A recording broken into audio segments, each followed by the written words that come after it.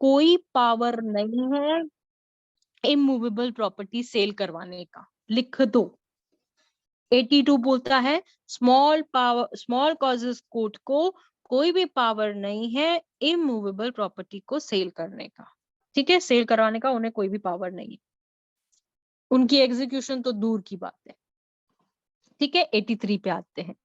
Postponement of sale and enable judgment debtor to raise amount of decree. अभी postponement of sale का मतलब क्या है? सेल को पोस्टपोन करने की बात की जा रही है यहाँ पर।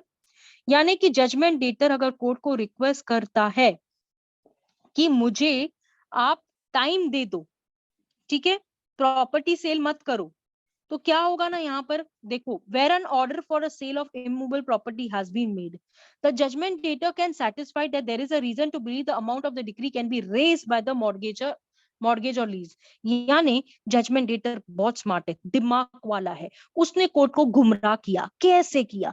ये कहा कि सर अगर आप ये प्रॉपर्टी को नहीं बिकवाते तो मैं इस प्रॉपर्टी पे क्या करूंगा, इस प्रॉपर्टी को गिरवी कराऊंगा या लीज पे दे दूंगा, ये प्राइवेट सेल करवाऊंगा, इस इमूवेबल प्रॉपर्टी से जो भी पैसा आता है आपको दे दूंगा, फिलहाल आप इस सेल को पोस्टपोन करवा दीजिए। तो किसने एप्लीकेशन लगाई? जेडी ने एप्लीकेशन लगाई। समझा क्लॉज 1? ठीक है, क्लॉज 2 पे आती हूँ। क्या बोल रहा है क्लॉज 2? इन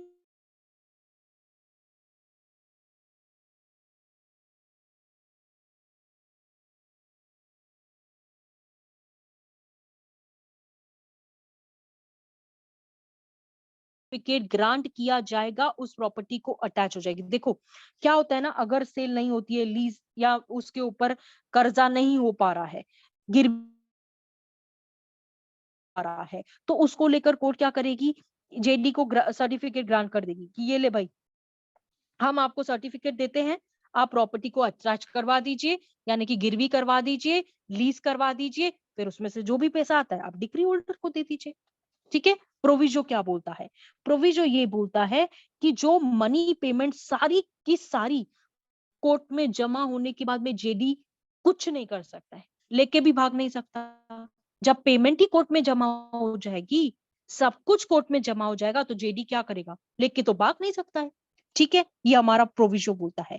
फर्स्ट प्रोविजो हमें ये बोलता है। सेकेंड प्रोविजो क्या बोलता है कि लीज और मॉर्गेज एब्सोल्यूट कोर्ट को राइट होगा, जैसे बोलते हैं ना, क्या बोलते हैं, आपने वो बिग बॉस देखा है ना, बिग बॉस की माँ की आंख कैसे रहती है? देखा है ना बिग बॉस की माँ की आंख, वो ऐसे सेंटर में आंख दिखाता है। तो इसके लिए कोड आंख दिखाता है कि जो भी, अगर समझो जिसने गिरवी रखवाया, यानी गिरवी लेने के लिए तैयार हो गया कि ठीक है मैं गिरवी लेने के लिए तैयार हूं, तो ये सब चीजें जो भी होगी ना, कोर्ट इसका क्या होगा, इन लोगों का राइट बन जाएगा। किसका राइट बन जाएगा? लीज और मॉर्गेजी का राइट बन जाएगा। तो यहाँ पर क्या हो जाएंगे वो लोग? एब्सोल्यूट हो जाएगा until confirm by the court. अब यहाँ पे क्या बोल रहे हैं? Provided that no mortgage, lease और sale under this rule shall become absolute until it has been confirm by the court. यानी कि जब तक कोर्ट इन्हें नहीं कहती कि हाँ आज से तू ओनर है, एब्सोल्यूट ओनर का मतलब होता है आज से तू मालिक, जब तक कोर्ट उस चीज को कंफर्म नहीं करेगी तब तक ये मालिक नहीं कहलवाएंगे। ये यही कहेंगे कि इन्होंने गिरवी रखा है उसको, इन्होंने जब तक ये लीज पे लिया है, जब तक सारे सारे पैसों का इंतजाम नहीं हो जाता। तो nothing in this rule apply to the sale of property directed in sole execution of a decree for a sale in enforcement. वही बात यहाँ पे बोला जा रहा है कि सेल ऑफ प्रॉपर्टी को लेकर एग्जीक्यूशन तब तक नहीं होगी। देखो एग्जीक्यूशन का मतलब क्या होता है? सामने वाले को प्रॉपर्टी दे देना, यही एग्जीक्यूशन का मतलब होता है। कोर्ट क्या कराती है? एग्जीक्यूशन करवाती है। एग्जीक्यूशन का मतलब क्या होता है? सामने वाले को ये प्रॉपर्टी दे देने का मतलब होता है उनको ये प्रॉपर्टी देना और कहना आज से तुम ओनर हो। तो ये सारी चीजों को लेकर पोस्टपोनमेंट करवाई जाती है। अगर जजमेंट डेटर ये कहते हैं कि मेरे को बाहर से लोग मिल रहे हैं जो पैसा मेरी जगह पे भरने के लिए आने के लिए तैयार है, जैसे गार्निश ही आ रहा था ना, तो यहाँ पर कौन आ रहे हैं? मॉर्गेजर, सॉरी मॉर्गेजी और लीज। समझे शिवानी? Yes ma'am. कोई प्रॉब्लम नहीं है?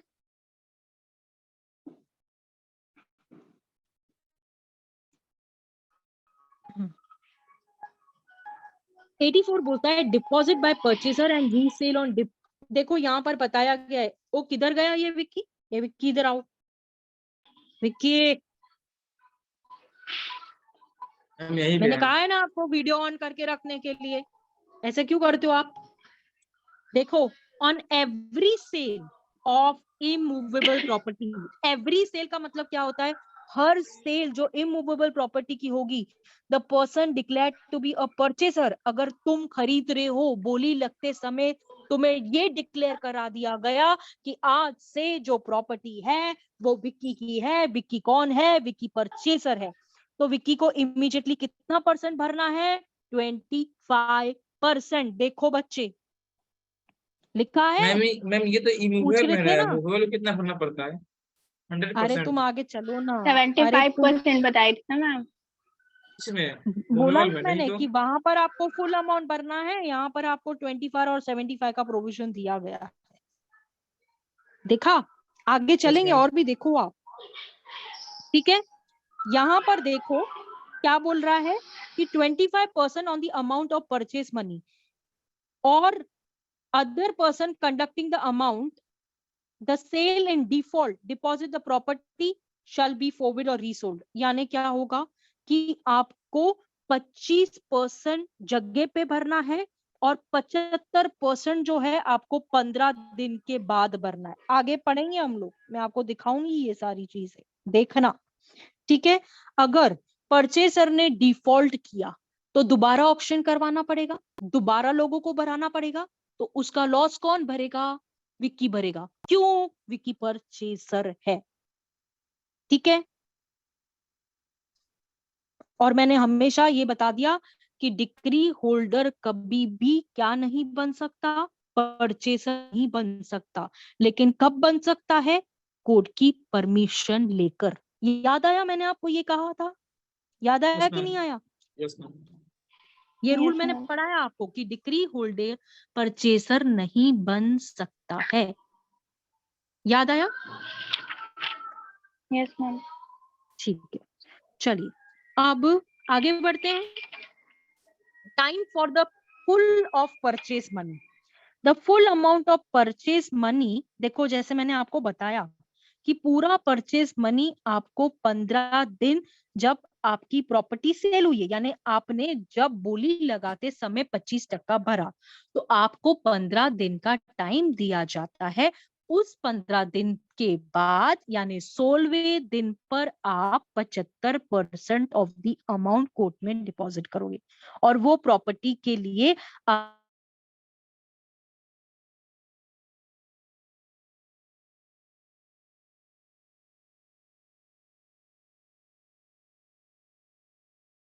पेमेंट।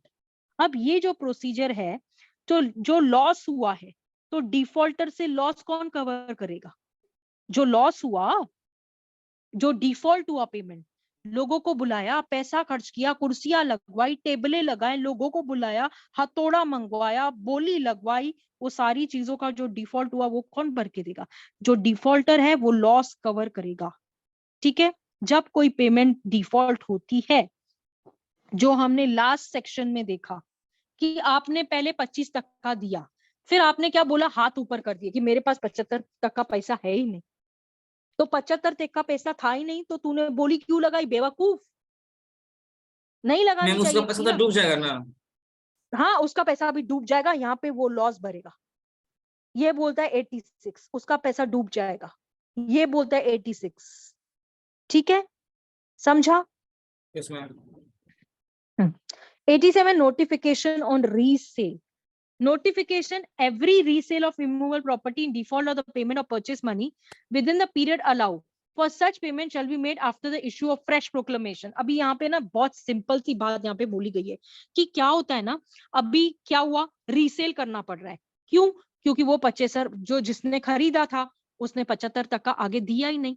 अभी लॉस तो हम उससे भरा के ले रहे हैं, लेकिन हमको फिर से तो बुलाना पड़ेगा, सुनो सुनो गांव वालों फिर से आइए, ये सेल हुई ही नहीं, ये रद्द हो गई। ये रद्द होने के बाद हम फिर से लोगों को बुलाएंगे, लोग फिर से आएंगे, फिर से बोली लगेगी और उसके बाद में सेल हो जाएगा, ठीक है।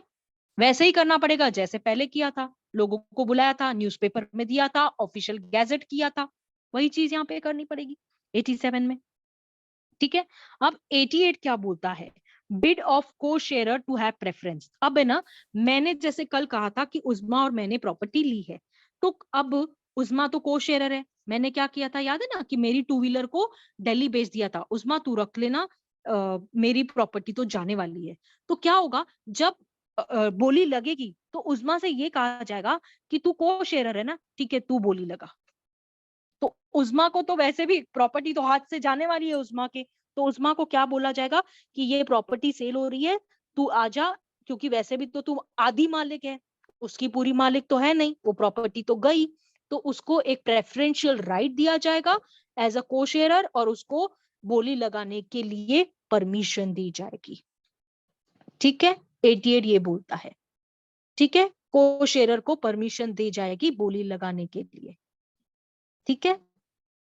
क्यों, अनडिवाइडेड थी, उसमें ये नहीं तय किया गया था कि मेरा कितना परसेंटेज है और उस्मा कितना परसेंटेज उस प्रॉपर्टी में लेने वाली है, तो मतलब वो शेयर डिवाइडेड ही नहीं हुआ, किसको कितना लेना है हम दोनों जानते ही नहीं है। तो कोर्ट बोलती है अच्छा तुम दोनों नहीं जानते हो ना, तो उस्मा तू कोर्ट आना बच्चे, और उसमें से जो भी प्रॉपर्टी का पैसा मिलता है वो तुम बोली लगाना, हम पहले तुम्हें बेचने के लिए कहेंगे, दूसरे लोगों की बोली बाद में ली जाएगी, पहले बोली तुम्हारी एक्सेप्ट की जाएगी, ये बोलता है 88। अब 89 क्या बोलता है, application to set aside sale on deposit. अगर जेडी आकर हाथ पैर जोड़ता है और बोलता है कि सर सुनिए, मैं जो भी पैसा है मैं सारा का सारा पैसा देने के लिए तैयार हूं, और परचेसर ने जो पैसा भरा था उसका 25% प्लस 5% जो खर्चा हुआ है ना परचेसर का, वो भी भर के देने के लिए तैयार हूं, यानी कि मैं कंपनसेशन भी तैयार हूं, सर मेरी इज्जत को रख लीजिए, लोग मुझे बहुत सुनाएंगे इस चीज को, मेरी इज्जत खराब हो जाएगी, मैं बहुत मुश्किल से ये कहना चाह रहा हूँ कि आप उस सेल को सेटिसाइड करवा दीजिए। तो मैं आपको बता दूं कि अगर वो सेल भी हो गई रहेगी, यानी देखो मैंने क्या कहा कि कोर्ट क्या देती है, सेल सर्टिफिकेट देती है, तो सेल सर्टिफिकेट देने से पहले अगर जेडी कोर्ट में आ जाता है और कोर्ट से ये गौहर लगाता है कि सर आप इस प्रॉपर्टी को मत बेचने दीजिए, मैं सारा का सारा पैसा भरने के लिए तैयार हूं, मैं परचेसर का भी पैसा भरने के लिए तैयार हूं, मैं कंपनसेशन भी देने के लिए तैयार हूं, और जो आप लोगों का खर्चा हुआ है, कुर्सी टेबल जो भी ऑफिसर का इसका उसका, वो सब देने के लिए तैयार हूं, तो उसको लेकर कोर्ट क्या करेगी, सेल को सेटिसाइड करेगी, जेडी से कहेगी कि आप पैसे डिपॉजिट कर दीजिए, हम सेल को वहीं का वहीं रोक देते हैं, जिसके लिए जेडी को 5% परचेसर को कंपनसेशन के तौर पे देना पड़ता है। समझा आपको ना 89? Very yes ma'am. सिंपल भाषा में बोला मैंने इसके लिए, ये टफ ही नहीं बताया कि जैसे आसानी से आपको समझ में आए।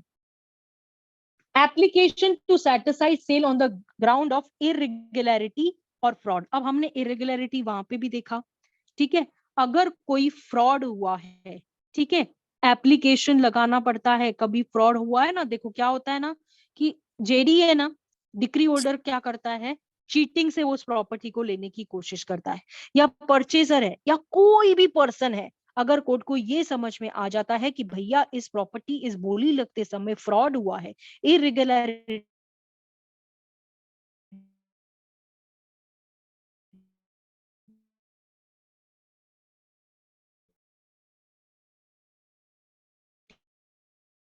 हुई है, इरिपेरेबल लॉस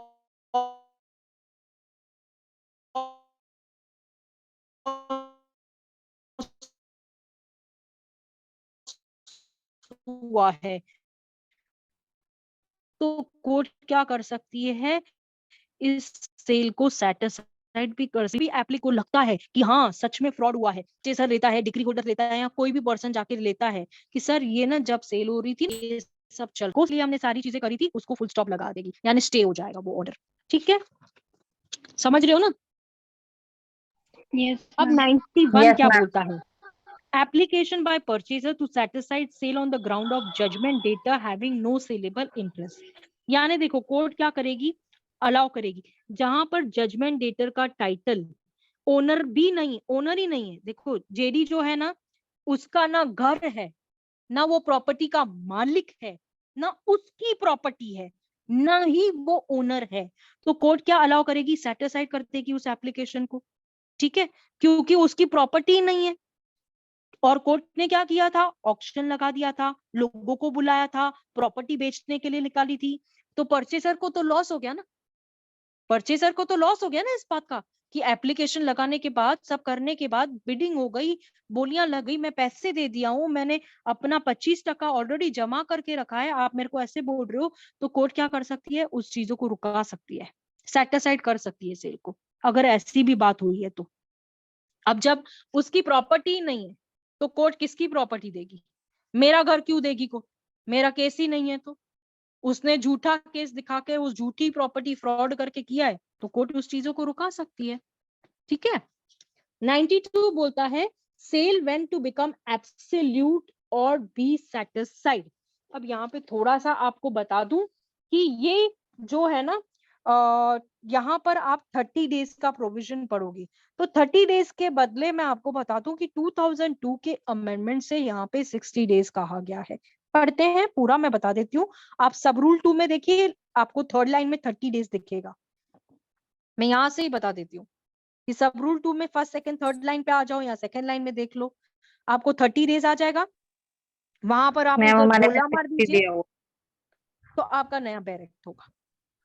2002 के बाद का यस बैरेक्ट होगा ना आपके पास। हाँ, तो मेरे पास पुराना है बहुत, मैम तो नहीं है उसकी मैम। वजह से यहाँ पर है। मेरे में है मैम। 60 डेज ही होगा ना आपके इसमें, ठीक है, कोई ना। तो where an yes no ma'am है। एप्लीकेशन इज मेड आउट, अगर कोई एप्लीकेशन 89 और 90 और 91 में नहीं आती है तो एप्लीकेशन इज डिसअलाउड। अगर वो एप्लीकेशन को डिसअलाउ कर दिया गया है, रद्द कर दिया गया है, खारिज कर दिया गया है, तो court shall make an order of confirming the sale and sale becomes absolute. Court क्या करेगी? सेल को कंफर्म करेगी और वो बोलेगी कि हो गया। जैसे बोलते हैं ना कि शादी हो गई, ये शादी हो गई, ये प्रॉपर्टी तेरे नाम पे हो गई। जैसे शादी हो गई वैसे ये प्रॉपर्टी तेरे नाम पे हो गई। तो प्रोविजो क्या बोलता है? That where any property is sold in execution of decree pending the final disposal of any claim or any objection to the attachment of such property, the court shall not confirm until the final disposal of claim or objection। अगर कोई claim है, अगर किसी का objection है, अगर कोई बोलता है कि मेरा भी इसमें हिस्सा बन रहा है, या बीच में आके कोई ऑब्जेक्शन करता है, तो कोर्ट उस चीज को फाइनल डिस्पोज ऑफ नहीं करेगी, क्योंकि उसको ऑब्जेक्शन डिसाइड करना है कि क्या ऑब्जेक्शन आया है, किसका क्लेम तो नहीं है। जैसे देखो, कहीं ना कहीं आपको पता है कि कोर्ट इसे समय देती है, लोगों को बुलाती है कि अगर आपका कुछ ऑब्जेक्शन है तो ये समय दिया गया है, इस चीज पे आप ऑब्जेक्शन ले लीजिए। अगर आपने वक्त पे ऑब्जेक्शन लिया तो आपका ऑब्जेक्शन एक्सेप्ट किया जाएगा और आपके केस को फाइनली डिस्पोज नहीं किया जाएगा जब तक उस ऑब्जेक्शन को सेटिस्फाइड नहीं किया जाता या ओवर रूल नहीं किया जाता, ठीक है। सब रूल 2 क्या बोलता है? Application is made and allowed, जहां पर एप्लीकेशन अलाउ हो गई, जो कि आपने रूल 89 में दी थी, आपने डिपॉजिट करना है कोर्ट के अंदर, तो 30 दिन का टाइम आपको समय दिया गया था, तो अब 30 दिन के बदले आपको कितने टाइम में करना है? 60 दिन के अंदर करना है, ठीक है। तो ये आपको समझना है। और मैं आपको बता दूं कि सारे नोटिस जो सेंड करते हैं ना हम, एप्लीकेशन को डिसाइड करना होता है। जेडी की आप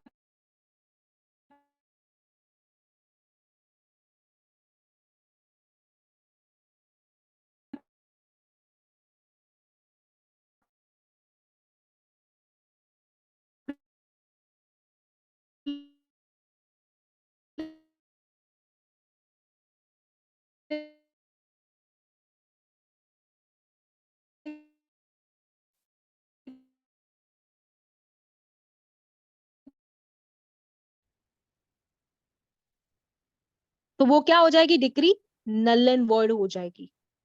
क्यों? क्योंकि थर्ड पार्टी ने कहा कि ये तो घर मेरा है, ये तो जेडी का घर ही नहीं है, ये तो जेडी का घर ही नहीं, तो रिफंड करने के लिए बोल रही है। किसे? जो ऑक्शन में परचेजर था, जिसने बेचारे ने प्रॉपर्टी ली थी, और डिक्री होल्डर से कहा जाएगा तू रिफंड कर पैसा, उसकी प्रॉपर्टी ही नहीं है, जेडी की प्रॉपर्टी ही नहीं है, ठीक है, समझा? मैम सब रूल 4 फिर से बताइएगा। मैं नेट सब प्रॉब्लम हो गया रूल था। 4 ये बोलता है, क्या कह रहे हैं? नेटवर्क इशू आ गया था। वो तो तुम्हारे नेटवर्क इश्यू लिए मेरे सर में दर्द हो रहा है अभी। थर्ड पार्टी चैलेंज करती है, ठीक है, कि थर्ड पार्टी ये बोलती है, समझो तुम थर्ड पार्टी हो और कोर्ट में आके ये बोलती हो सर ये तो जेडी की प्रॉपर्टी नहीं है, आपने ऐसे कैसे प्रॉपर्टी बेच दी, आपने ऐसे कैसे ऑक्शन करा दिया। अब इस ऑक्शन के चक्कर में बेचारी शिवानी ने बोलियां लगा लगा के 1000 2000 वो प्रॉपर्टी को परचेज कर लिया था। अब डिक्री होल्डर को ये पता चला अरे वो तो प्रॉपर्टी इसकी है ही नहीं, ये इसकी तो प्रॉपर्टी है नहीं, तो नेसेसरी पार्टी होना चाहिए, यानी कि आपको क्या करना पड़ेगा, उन सबको केस करना पड़ेगा, क्योंकि टाइटल को चैलेंज करना पड़ेगा। अब उसकी प्रॉपर्टी नहीं है, वो दूसरे की बीबी को अपनी बीबी बता रहा है, तो कैसे चल सकता है, जेडी तो ऐसे चीटिंग कर रहा है। तो डिक्री मतलब जो भी मैम हुई थी, जजमेंट डेटर की हाँ प्रॉपर्टी की जगह पे गॉड की प्रॉपर्टी की नहीं, जेडी की जजमेंट डेटर की प्रॉपर्टी पे उसने कहा ये यस मेरा घर मैम। है, पर ये विक्की का घर था, ये मेरा घर था ही नहीं। तो मैंने ऐसे कहा ना, दूसरे की दुल्हन बहुत अच्छी लगती है, मैम तो दूसरे की थर्ड बीवी पार्टी हमें को अच्छी प्रूव लगती करनी है। पड़ेगी ना ये। हाँ तो उसके लिए तो केस करेगी ना, अलग से सूट फाइल करेगी ना थर्ड पार्टी, चैलेंज करेगी कोर्ट में जाके थर्ड पार्टी।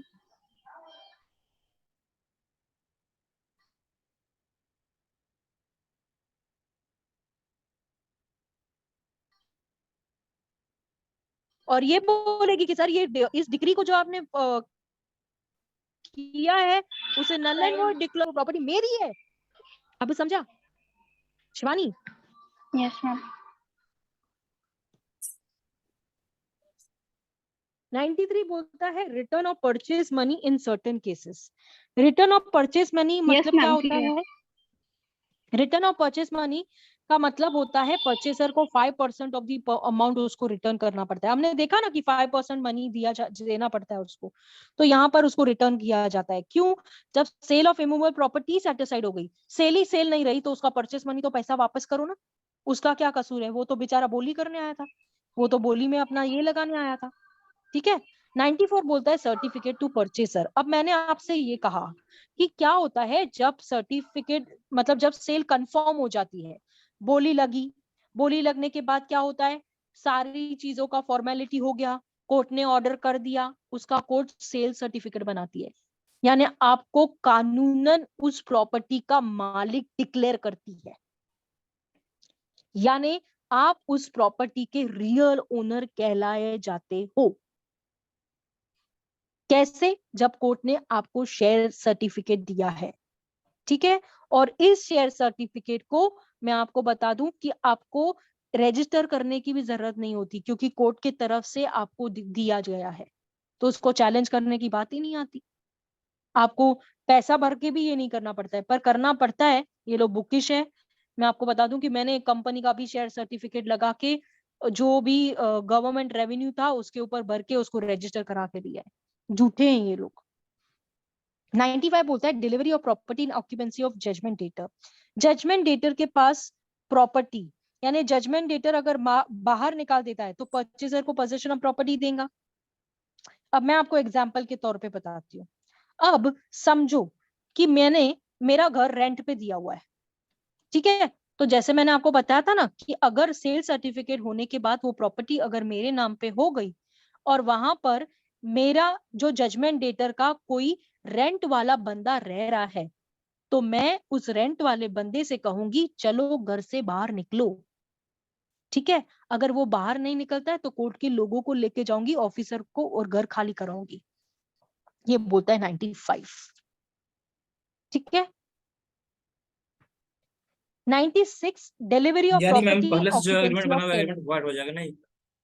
हाँ, delivery of property in occupancy of tenant. अब इससे पहले क्या कहा कि जब कोई प्रॉपर्टी सेल करानी है और वहां पे कौन रह रहा है, टेनेंट। टेनेंट कौन है? विक्की रह रहा है, ठीक है। जेडी का टेनेंट है विक्की, ठीक है। अब विक्की उस घर में रह रहा है और मेरे नाम पे शेयर सर्टिफिकेट आ चुका है, तो शेयर सर्टिफिकेट आने के बाद मुझे विक्की को बाहर निकालना है, तो उससे पहले मैं क्या करवाएगी कोर्ट, विक्की के घर के बाहर, क्योंकि विक्की तो टेनेंट है, विक्की तो भाड़े का रू है, विक्की तो ऐसे मेहमान है उस घर के अंदर, विक्की तो रेंट पे करता है, तो उसके घर के बाहर, यानी कि जो प्रॉपर्टी मैंने ली है उसके बाहर चिपकाया जाएगा कि ये प्रॉपर्टी, सुनो सुनो गांव वालों, ये प्रॉपर्टी अब कोर्ट ने इस बंदे के नाम पे बेच दी है। जो भी इस घर में रहता है, इस घर को अभी तुरंत खाली करो और घर से निकलो बाहर। समझा? ड्रम बजा मैम उसके के लिए तो कुछ टाइम लोगों को देता होगा बुलाया ना, जाएगा। है उसके लिए कुछ दिन टाइम देता होगा, पीरियड। किस चीज का पीरियड? उसको बाहर निकालने का पीरियड? Yes ma'am. तुम्हें वही टेंशन होती है मुझे कि कब तुम्हें बाहर निकल दिया जाएगा। ऐसे यहाँ पे कोई टाइम पीरियड स्पेसिफाई नहीं किया है कोर्ट ने। ठीक है, अब 97 से ना हम कल करेंगे। ऑलरेडी 9:30 हो गया। अब 97 से 106 कल हो जाएगा अपना, आधे घंटे में आराम से। बाकी थोड़ा ही बाकी है, ऊंच अटकी हुई है, फटाफट हो जाएगा। 97 से मैम आज ही कर 106 देते हैं। कंप्लीट कर लेंगे। अभी नहीं, अभी मेरे को स्टेमिना नहीं है ना बेटा, मेरा भी सर फट रहा है अभी, मुझे स्टेमिना नहीं है। ठीक है, ऑर्डर 22 भी कल स्टार्ट कर दूंगी, लगे हाथ। तो आप वैसे ही करना है 22, अभी फटाफट फटाफट होएगा। यहाँ से हमारा खत्म, मतलब अभी हमारा स्टार्ट बहुत मस्त होएगा, क्योंकि प्रैक्टिकल आप समझ चुके हो, बेस अभी हमारा क्लियर बहुत अच्छी तरह से हो गया है। ऑर्डर 21 समझ गए ना, आगे आपको कोई भी कुछ नहीं कर सकता, बहुत ईजी है। तो बेटर मैं आपसे कहूंगी कि जितना पढ़ाया है उतना पढ़ो, तो बहुत अच्छा रहेगा आप लोगों के लिए। ठीक है।